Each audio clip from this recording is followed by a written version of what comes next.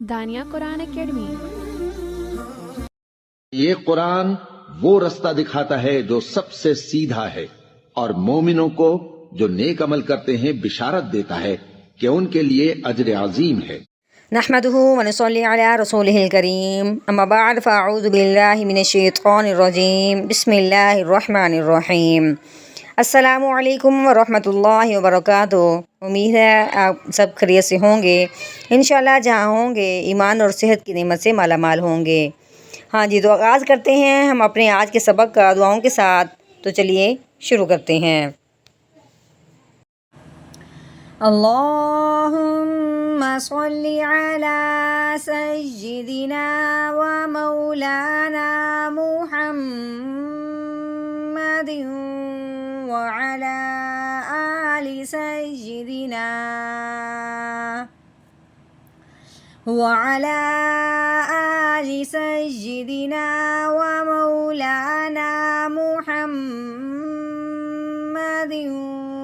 وبارک وسلم۔ رب اشرح لی صدری ویسر لی امری واحلل عقدۃ من لسانی یفقہوا قولی۔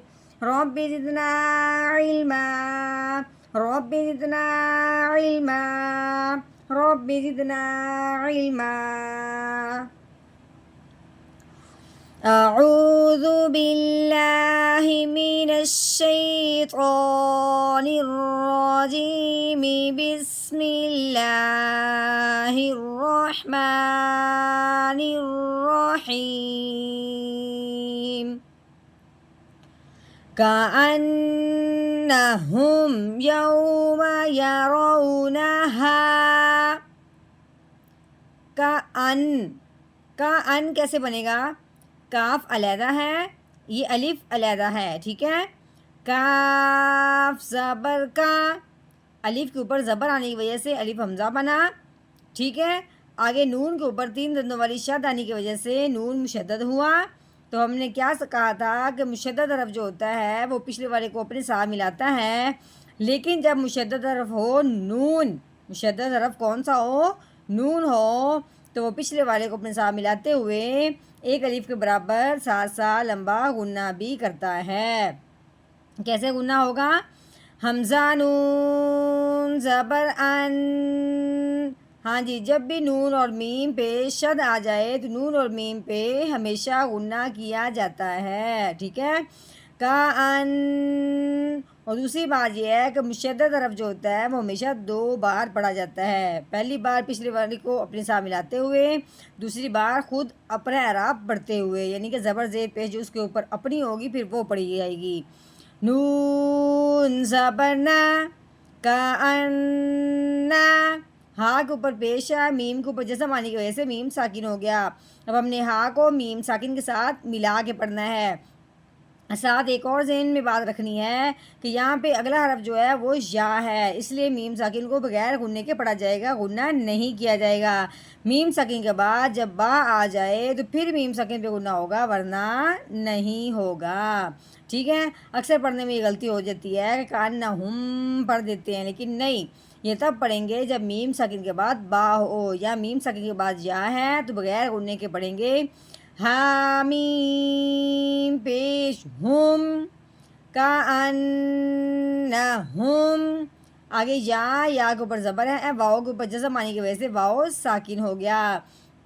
اب یہاں پہ کیا ہے؟ لین کا قاعدہ جاری ہو رہا ہے۔ لین کا مطلب کیا ہے؟ پہلے ہم یہ سمجھتے ہیں کہ لین بنے گا کیسے؟ جی، واؤ ساکن سے پہلے حرف پہ جب بھی زبر آئے، اب یہ واؤ کے اوپر جزم آنے کی وجہ سے واؤ ساکن ہوا نا، اب واؤ ساکن سے پہلے حرف پہ جب زبر آ جائے گی تو ہم نے کیا کرنا ہے کہ واؤ ساکن پہ لین کا قاعدہ جاری ہوا ہے، کیونکہ واؤ ساکن سے پہلے جب زبر آئے اسے لین کہتے ہیں۔ اور لین کا مطلب کیا ہے؟ لین کا مطلب ہے کہ اب ہم نے لفظ کو نرمی سے پڑھنا ہے، کھینچتے ہوئے یا جھٹکا لگاتے ہوئے بالکل نہیں پڑھنا۔ کیسے پڑھنا ہے؟ یا واؤ زبر یو، کیسے پڑھنا ہے؟ یو، یو، لمبا بھی نہیں کرنا، یو، جھٹکا بھی نہیں لگانا. یو. اگر میم کے اوپر زبر ہے, میم زبر ما, یوما. ٹھیک ہو گیا. ہاں جی, آگے یا کے اوپر زبر لگی ہوئی ہے, رو کے اوپر بھی زبر ہے. ٹھیک ہے, یا زبر یا, رو کے اوپر زبر ہے آگے, لیکن واؤ کے اوپر جیسے معنی کی وجہ سے واؤ ساکن ہوا. اب یہ سمجھنا ہے آپ نے, خود سوچنا ہے کہ اس واؤ پہ کون سا قاعدہ جاری ہو رہا ہے. ہاں جی, اس واؤ پہ بھی لین کا قاعدہ جاری ہو رہا ہے, کیونکہ واؤ ساکن سے پہلے کیا ہے, زبر ہے. اب ہم نے اس کو کیا کرنا ہے, نرمی سے پڑھنا ہے, کھینچتے ہوئے یا جھٹکا لگاتے ہوئے نہیں پڑھنا.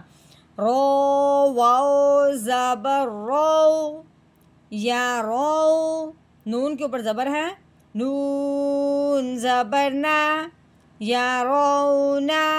ہاں جی, آگے ہا کے اوپر زبر ہے, اس کے آگے کیا ہے, الف.